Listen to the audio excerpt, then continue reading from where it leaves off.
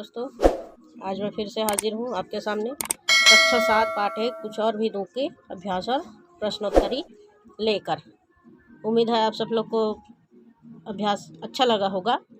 Please देखिए, like कीजिए, share कीजिए और देखते हैं अभ्यास प्रश्नोत्तरी में क्या है। कवि देश के लिए अपना सर्वस्व न्यौछावर क्यों करना चाहता है? क्योंकि कवि जो है देश को अपना सब कुछ मानता है और वह देश के प्रति अपना सब कुछ निछावर कर देना चाहता है। वह उसका अपने आप को देश का ऋणी मानता है। अगला है, माँ के किस ऋण की बात कवि कहते हैं? तो इसका उत्तर है, माँ के किस ऋण की बात कवि कह रहे हैं।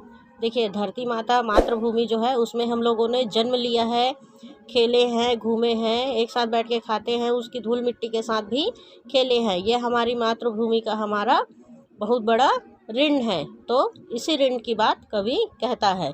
कुछ और देने की चाहत कवि को क्यों है?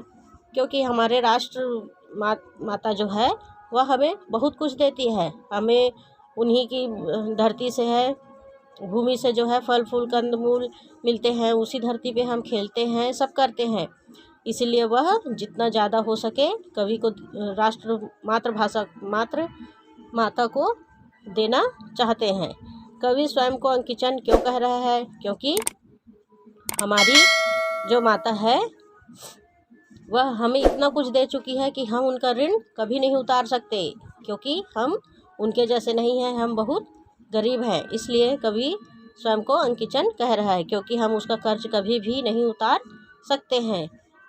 कवि स्वीकार करने का आग्रह कवि राष्ट्र माँ से कर रहा है। क्या स्वीकार करने का आग्रह कवि राष्ट्र माँ से कर रहा है? वह बोलता है कि जब मैं आपके लिए थाल सजा कर लाऊं, उसमें यदि मेरा सर कटा हुआ सर भी हो थाल पे, तो वह आप स्वीकार कर लेना, क्योंकि मैं आपको बहुत कुछ देना चाहता हूँ देश की धरती तुझे कुछ और भी दूँ। पंक्तियों के माध्यम से कवि किन भावों को व्यक्त करता है?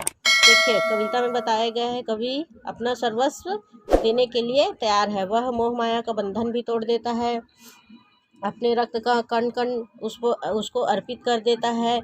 फिर भी उसके मन में यही लालसा है कि मैं जो है अपनी राष्ट्र माँ के लिए कुछ नहीं कर पा रहा हूँ। इसलिए वह चाहता है कि जितना भी है मेरे जीवन में वह सब मैं आपको समर्पित कर दूँ।